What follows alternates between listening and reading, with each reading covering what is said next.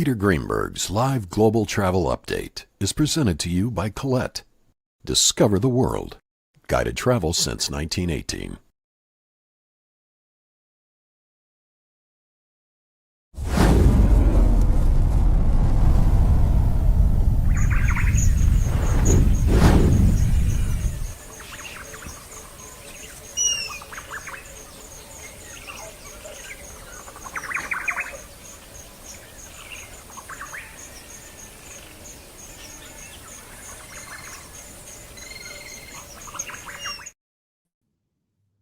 Hello, everybody. Happy April Fool's Day, but this is no joke. I'm actually in Nairobi, participating in a conference and broadcasting from here as well.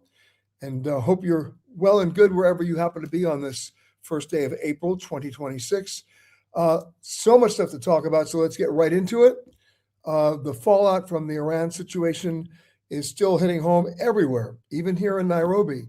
The supply chain being disrupted, airports being disrupted, or even shut down. The only way that most people came here to Nairobi this time was either through Cairo or through Istanbul. The Gulf airports were just still canceling flights. Fuel crisis as well, fuel prices as well. And right now, we're seeing the effects of that on airline tickets. In Europe, airlines are adding anywhere from $50 to $300 in fuel surcharges to every airline ticket. That's about to happen in the US, although it won't be called a surcharge. They're just going to raise the prices. Anywhere from 7 to 20%. We're dealing with a fuel bill right now of about $11 billion that none of the airlines counted on. And it's getting crazy. And how are they also generating more money? Here's an idea that JetBlue just did. They're increasing the cost of what it's going to cost you to check a bag. Maybe $5 or $6 increase in that. And the reason why they're doing that as a checked bag cost and not as a ticket price increase is because of federal taxes. You know, excise taxes on tickets are very, very high. And in some cases, a $100 ticket may only net an airline $38 in money, the rest of it going to fees and taxes. But if you charge somebody a baggage fee, that just gets charged at a regular sales tax rate of maybe 6 or 7%. And the airline nets 93% of every dollar it takes in. So you're going to start seeing that happening. It's already happened at JetBlue, and we're going to start seeing other airlines follow suit, which means, of course, if you've got upcoming travel plans, even if it's through August or September, make them now, book those tickets now to avoid getting hit with that the fuel increase, because it's happening. It's inevitable. The airlines are not going to pay this. They're going to pass it down to you. An interesting side note, the airports now that are completely clogged are Singapore, Bangkok, and Istanbul, because those hubs are up and running and everybody's going through those locations. So you can still get there from here. It just may be a longer flight. In fact, I'm leaving tomorrow night and heading back to the East Coast, and I'm going through Istanbul. Normally I would have gone through Qatar or Abu Dhabi or Dubai. Not going to happen. And that's still in effect as the Straits of Hormuz are still closed. Okay, let's talk about something else going on. And that is, of course, the continuing investigation into the collision at LaGuardia between the CRJ 900 flown by Air Canada and the Port Authority fire truck, in which 2 pilots were killed, number of injuries on the plane. But a reminder to us, as the investigators go on with their work, and the NTSB does such great work, a reminder to us of what the FAA doesn't do and hasn't done. You know, no plane or aviation accident happens for any one reason. It's a combination of 2 or 3 reasons that in concert create a situation that is not recoverable. And that's what happened here. It's exactly what happened with the mid-air collision between the Army helicopter and the American Airlines flight over a year ago at Reagan in Washington. And the same items were in place at LaGuardia. FAA has done nothing about it.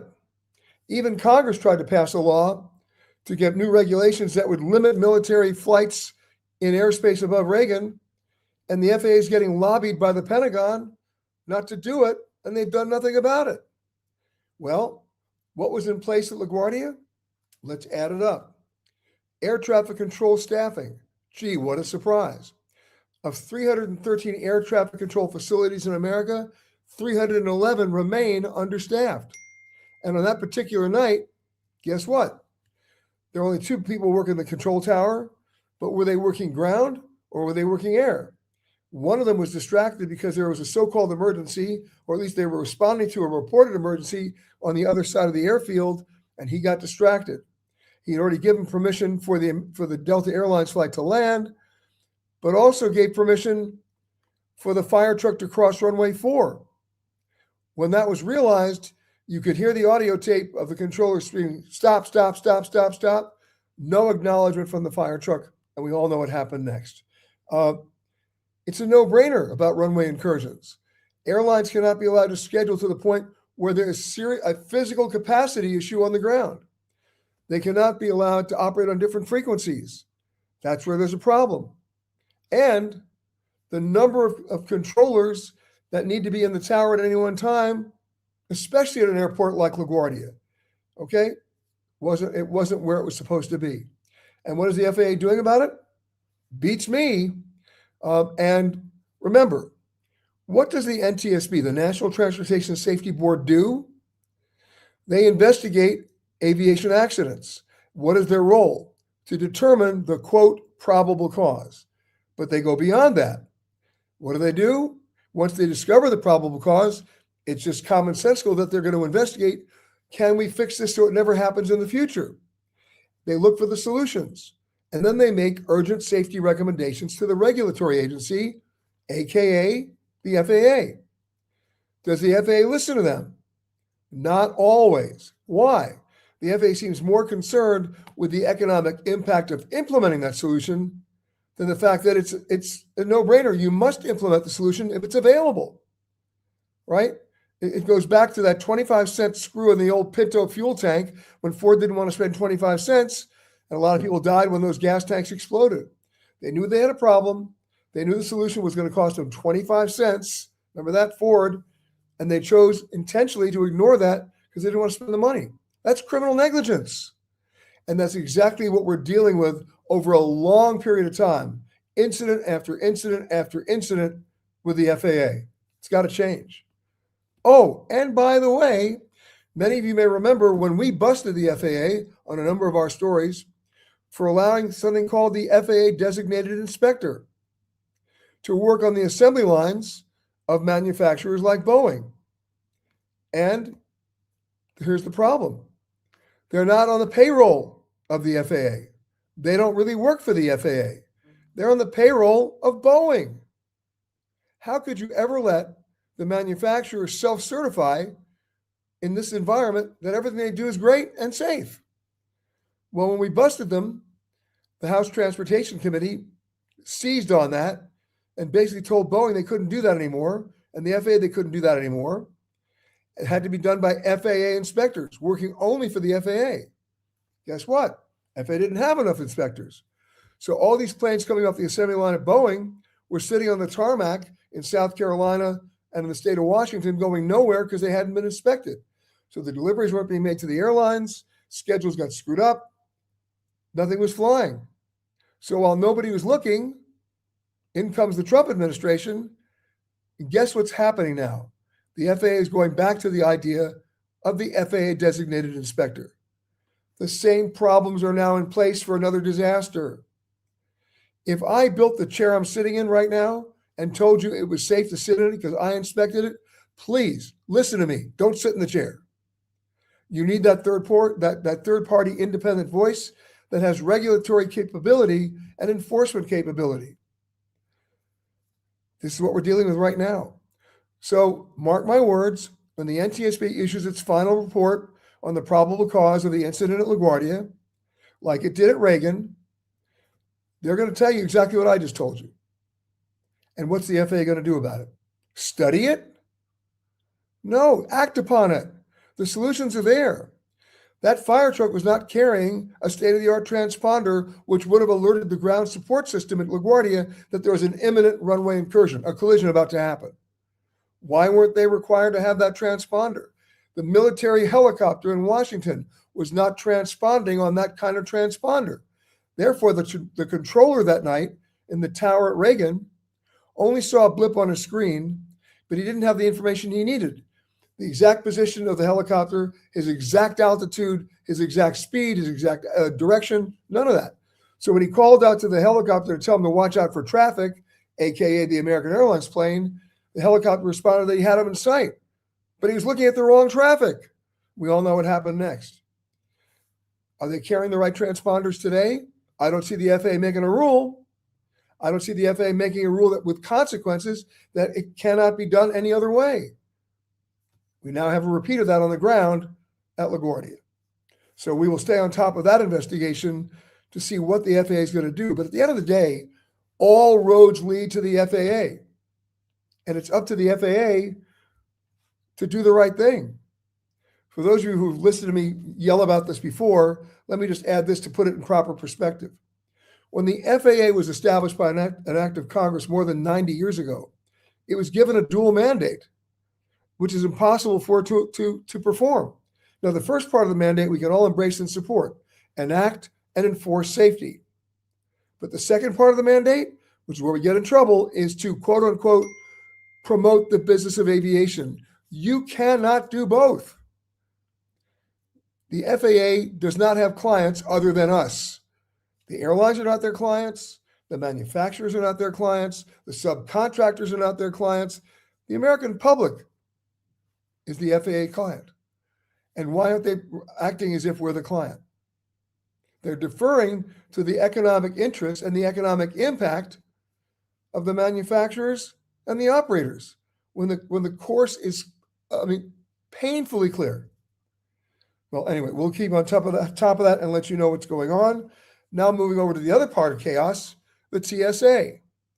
Last week I was flying from Rio through Houston. You don't want to know. It was not fun, and it was not fun for a lot of people. Now, President Trump signed the executive order for the moment to get those agents paid. Is everything back to normal right now? Relatively speaking, it's better, but normal's in quotes. Why? Remember, nearly 500 TSA agents quit. Now they're understaffed as well. And they got to bring in new agents and hire and train them. ICE, pathetic. All they were doing was standing her up, right? It was an ornamental show of force with absolutely no clear responsibilities that they could perform. They couldn't man the ID verification machines. They couldn't check the CT scanners for the baggage that was checked or the baggage that was going through the conveyor belt. All they could do was direct passengers to lines that already existed that only got longer. Ridiculous. All right. 3 cheers for the hardworking TSA agents who did work all those weeks without pay. And now we're happy to have them back getting paid. But the same system problems with the TSA exist now. It'll be a while before they get a little bit back to speed. But I would say by Friday of this week or Saturday by the weekend, there shouldn't be any lines longer than they normally are in the key choke point airports around the country. So that's a little bit of good news. Okay. Sometimes I like to show you the videos of the bad behavior of the week. This one is about the good behavior of the week, but I don't have the video to support it, but I'll just set it up for you. It happened at gate A31 at Salt Lake City at the airport there when a Delta flight was oversold in coach. And there were a couple of first-class seats available. So the gate agent was going to move some people from coach to first class. But who? You know what the gate agent did? Gotta love it. Got on the PA and said, ladies and gentlemen, there are 2 seats open in first class. I'd like to upgrade 2 of you. So who would like to break dance? We're going to have a break dancing competition right here at the gate. And whoever wins gets the first class seats. And everybody was in good spirits. Everybody was in good nature. And they did it. And they had the break dance contest. I thought that was great. I mean, ingenuity there at work at Salt Lake City. Okay. Now, we all talk about whatever happened to the Airline Passenger Bill of Rights. We still don't have one. The DOT suggested one back in November of 24, but of course that lapsed in terms of commentary period, which meant the Trump administration came in January of 25 and killed it. The Europeans have it. It's called EC Rule 261, among other things. We don't. So I'm going to share a little story for you that just happened, you got to love it. And it lets you think creatively about how you exercise your rights, even if there's no codified or delineated official Bill of Rights for you. Last year, in 2024, there was a Ryanair flight, one of those 737s, that was delayed 13 hours. And under EC rules, the passengers were due compensation. In this case, about 890 euros per passenger. Well, Ryanair apparently refused to pay that money to a number of the passengers. So what did one passenger do? He went to court. This happened in Austria. He went to court and got a judgment against Ryanair, which they didn't pay. So he went back to court and got them to enforce the judgment. And one afternoon at the airport in Linz in Austria, a Ryanair flight was preparing to depart from the gate when bailiffs from the court came in and basically handcuffed the plane. They seized the plane. Guess what? Ryanair paid up. I like that story. I hope you do too. Okay, now let's say hello to some folks here. We'll scroll back up. Lots of people checking in today. Okay. Linda's saying hi from Nice. Just got in, and first thing we're doing is watching you. You can do better than that, but thanks for watching. Paul's saying hi from warm and sunny Ashland, Virginia, listening while I paint the future room for my Lionel trains. Okay, now Paul, you got me jealous. You could find me on a therapist's couch talking about the fact that when I was growing up, everybody had a train set but me. I used to go play with my friends just to be able to take those big black transformers and watch those trains go by. Remember the milk cans and the railroad crossing signs that would work, and the horn you could actually, the air horn that would come out? Oh, miss those days. Still never got the train set. One of these days I might surprise myself and get one, but congratulations on your new room for your Lionel trains. Camilla's saying, as she always does, cheers from Tucson. Sue's saying hi from Bellingham, Washington. We've got greetings from Palm Springs, spring break. Okay. Nice to talk to you. And Jeff saying hi from Santa Monica. Mike is saying, yeah, Mike, I know about this. Celestial Cruises just canceled all their April cruises because 2 ships are stuck near the Straits of Hormuz. And so they're going to reposition those ships with a skeleton crew and move them over to Europe, where they'll resume in May, I believe, with sailings in Greece and the Mediterranean.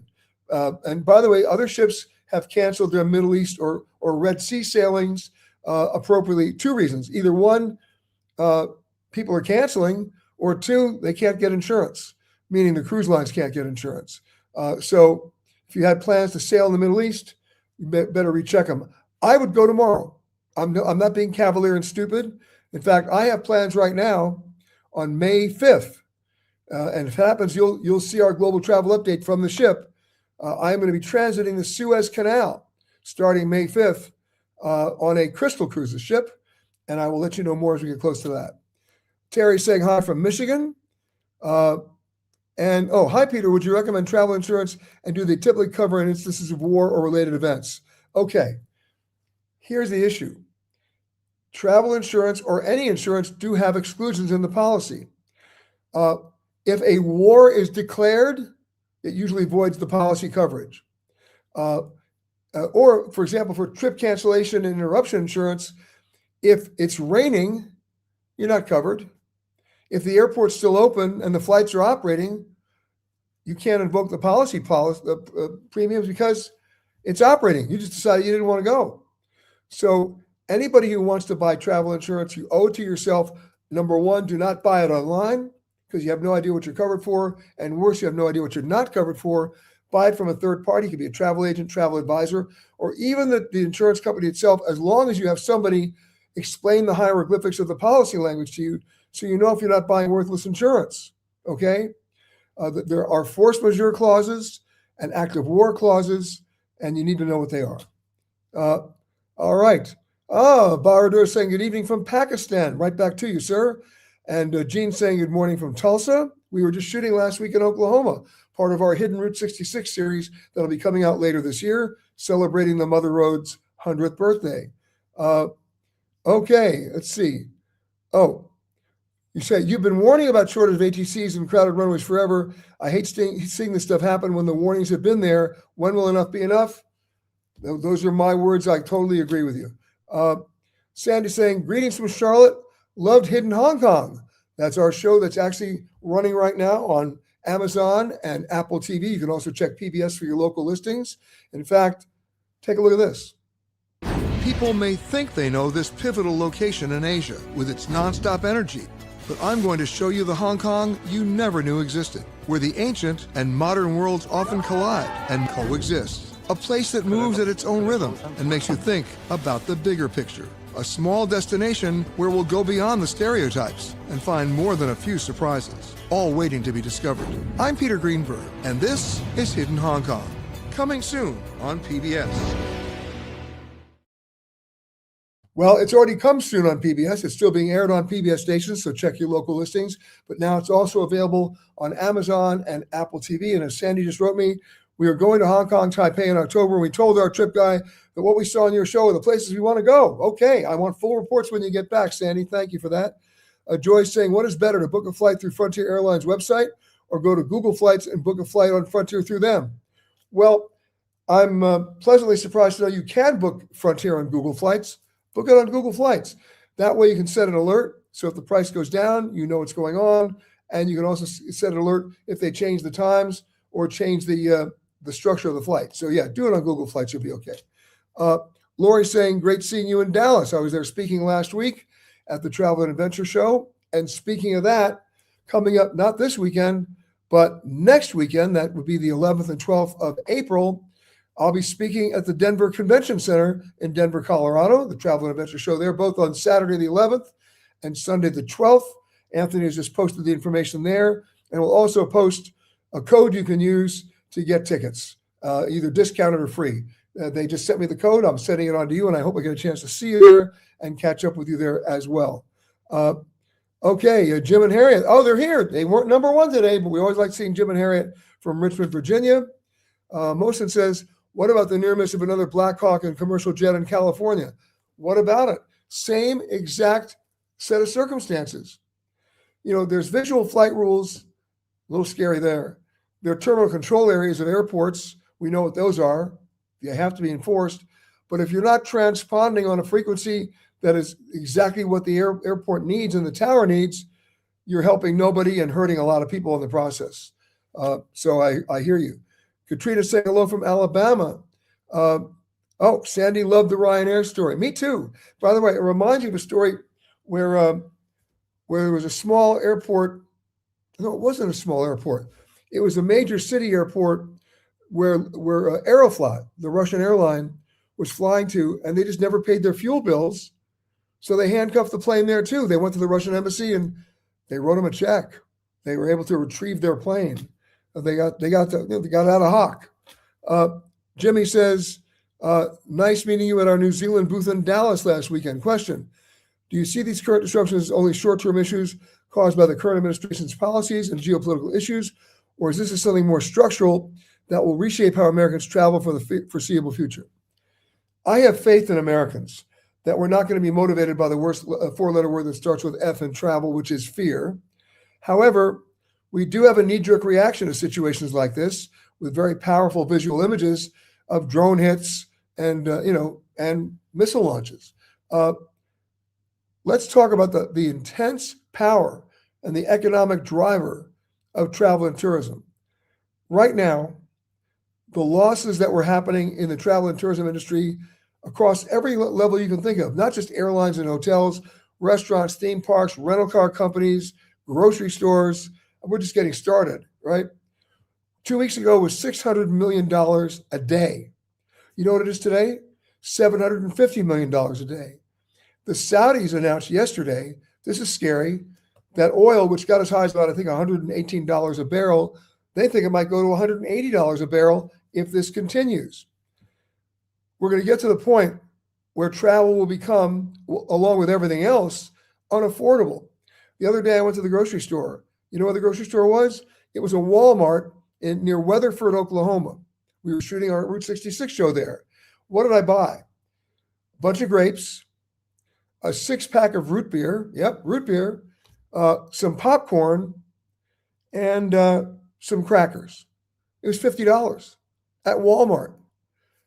That's unaffordable and it's unsustainable. And that's, look, people talk about farm to table. It's not farm to table. You ask kids where food comes from, they tell you the store. No, it's on a truck. And the diesel prices just went up. It becomes unaffordable everywhere you look at it. So the short-term answer to your question, Jimmy, is it's going to be around for at least the next 4 months. There's been serious damage done here. And remember, people just don't make impulsive travel decisions. They make them in advance. So a lot of people who are making their summer travel plans have either decided not to travel overseas, or they might even travel in America. Even if gas gets to like $8 a gallon, we're creatures of habit. We'll just cram more people into the car and amortize the cost. But when it comes to air travel and geopolitics around the world, those plans have already been made for the summer, for the most part. Now, we can always pivot quickly, right? There's nothing like last-minute sales to motivate us. But by and large, a bulk of 2026 has been lost from an economic point of view. And we can't kid ourselves about that. That's revenue that will never be recouped. And it also can't be sustained. So my guess is by May or June, so let's say 3 months from now, things will start to turn around. And maybe by September, we'll get back to 2019 levels. But right now, you look at every single platform in travel, they're hurt. Every single platform in travel is being hurt. And it's not looking good right now. Raymond Bixon, hello, happy Easter, or happy early Easter to you, Raymond, from New Jersey. Okay. Here we go from Jimmy. Oh, that was your question I already have. Oh, Sandy says, because of the insanity we brought up MedJet to Horizon. My hubby is a Diamond member now. Okay. Well, guess what? MedJet is one of those insurance companies I like. There's also Allianz and Travel Guard. We're talking about medical evacuation and repatriation insurance that you all should have. It's an annual policy. But of course, you got to read the policy language. I'm not going to endorse anyone in particular until the language applies to you and you alone. So, but at least investigate those three and see if the coverage they're offering makes sense to you. Okay. Okay. Alyssa is saying happy Easter. Happy Easter to Alyssa. Melanie is saying happy Passover from Miami. And Mary Louise is saying good morning from Tempe. By the way, one of our specials that's now airing. We do a hidden series like Hidden Hong Kong. We also have, as part of our travel detective series, the hidden gems of individual cities. And what's coming up right now? The hidden gems of a city that doesn't get a lot of love, but we love it. Manchester in the United Kingdom. Anthony's going to post a link where you guys can watch it, and I hope you'll like it. A lot of surprises there for a city that really began, at least in England, the Industrial Revolution. And of course, there's Manchester City and Manchester United, but we won't get into that battle right now. But definitely check it out. Okay, one more piece of housekeeping note. This weekend, our radio show, Eye on Travel, will be coming from the iconic Colony Hotel in Palm Beach, Florida. What a great hotel. What a great position to be in right now. And I hope you get a chance to listen. Saturday, 10 a.m. to 1 p.m. Eastern time. If you can't find the radio show on your channel, it's not a problem. It's also streamed live. It also exists later on as a podcast. Just go to petergreenberg.com and you'll find it. But I hope you get a chance to listen on Saturday.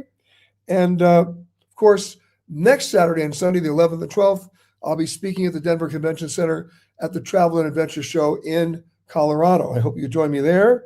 And then, one more thing. Of course, it's got to be the photo of the week. Let's do it. Congratulations to Patrick Cooney, who shot this earlier last month.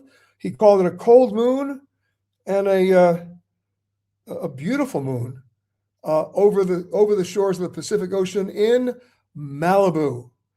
Love it when it shines like that. Congratulations, Patrick, on that shot. And if you think you got a shot that qualifies as the photo of the week, you know what to do. Just send it to us. Photo contest at petergreenberg.com. And if we agree with you, guess what? It goes right up there next to Patrick's. Again, we will be monitoring the results which will be taking a while to come to conclusions from the NTSB on the LaGuardia accident. We're obviously going to watch and monitor what's going on at the airports with TSA and wait lines. And of course, the immediate story of the impact and the fallout from the conflict in Iran as the Straits of Hormuz remain closed. And there's a supply chain disruption that goes way beyond oil. It goes to food. It goes to fertilizer. It goes to basic goods and services. And that will certainly affect your travels, not to mention your wallet. So we'll be on top of that as well with some other alternatives you can use next week. So I'm leaving Nairobi tomorrow night. I'll see you on a global travel update next week from a surprising location. Not going to tell you where, but in the meantime, have a great rest of the week. Hang in there. Thank you to Anthony for operating our engineering on the other side of the ocean and the other side of the world today. And I'll see you next week, everybody. Hang in there.